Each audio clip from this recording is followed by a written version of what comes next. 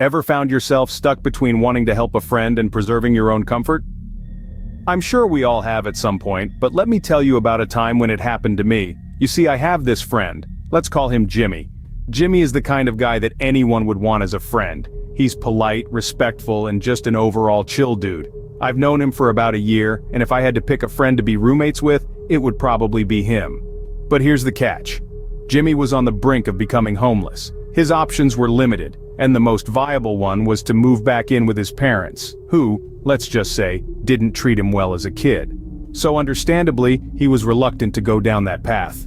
On the day Jimmy found out about his impending homelessness, my partner went over to comfort him. I was at work and didn't know what was going on. The next thing I know, I get a message from my partner explaining the situation. But there was more. My partner, in a well-intentioned but hasty decision, had offered Jimmy a place to stay with us while he got back on his feet. Now, don't get me wrong, I like Jimmy a lot. In a perfect world, I'd have absolutely no issue giving Jimmy a room while he finds his footing. But here's our reality. My partner and I had recently moved out together into a tiny studio apartment. We had one bedroom, no door, and one bathroom accessible only through the bedroom. It was just enough space for the two of us, but adding a third person to this equation seemed like a recipe for discomfort. Moreover, the decision was made without my input, which irked me a bit.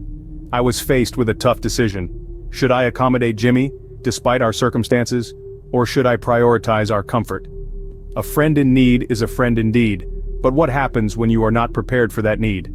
Imagine you have a small studio apartment barely enough for two. Now imagine adding a third person to that space. Our living situation is rather snug, to say the least. We've recently moved into a studio apartment, with just enough room for my partner and me. Our living space is our sanctuary, our escape from the world. It's cozy, intimate, and just the way we like it.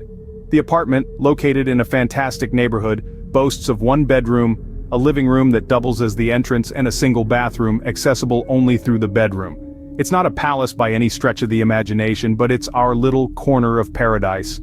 Now, bring Jimmy into this picture, a great friend no doubt, polite, respectful, and chill. He'd make a fantastic roommate in a different set of circumstances, but in our current situation it feels like trying to fit a square peg into a round hole. Our only real option would be to offer him the couch. A comfortable couch, sure, but not an ideal sleeping arrangement for a long-term stay.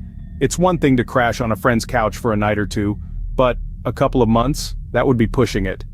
Furthermore, with the layout of our apartment, privacy becomes a concern.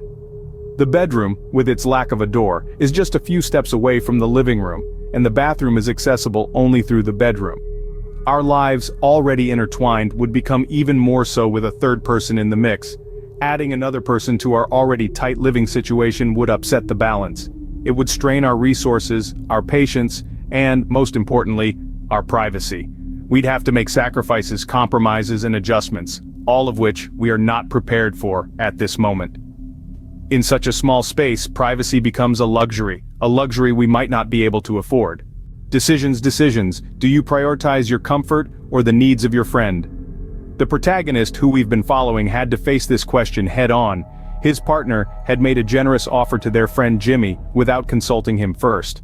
Understandably, this didn't sit well with our protagonist, so he decided to have a conversation with his partner, a heart-to-heart if you will.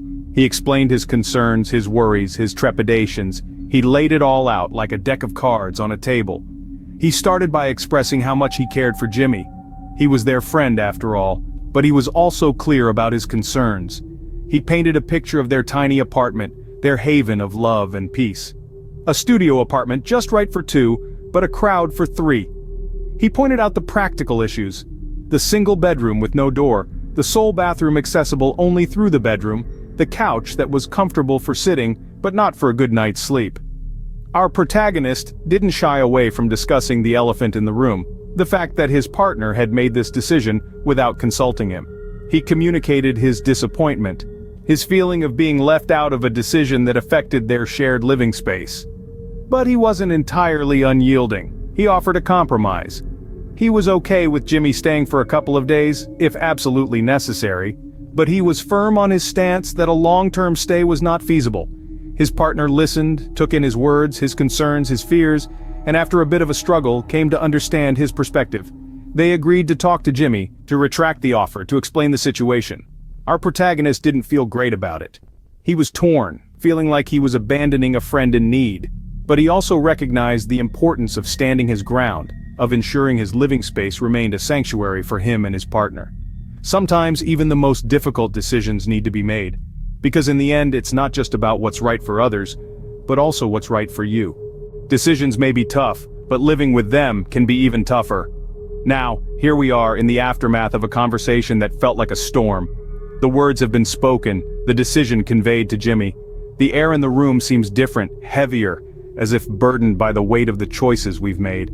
I've always been one to wear my heart on my sleeve, but it's times like these when that trait feels more like a curse than a blessing. There's a heavy feeling in my chest, a gnawing guilt that refuses to be silenced. It's as if I've betrayed a friend, a comrade in need. I care for Jimmy, I truly do, but sometimes life forces us into corners where the right thing to do isn't necessarily the easiest.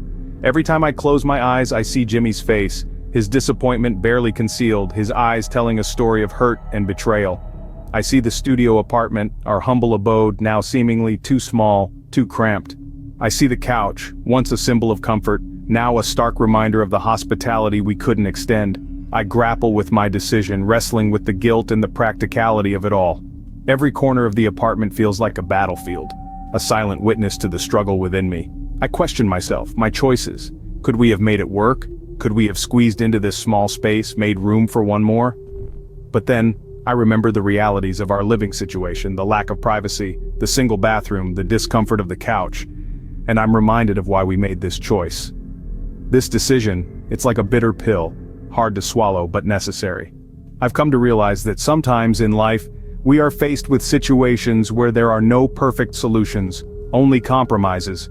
We did what we felt was best considering all the factors, but the guilt, it lingers, a constant reminder of the friend we couldn't help.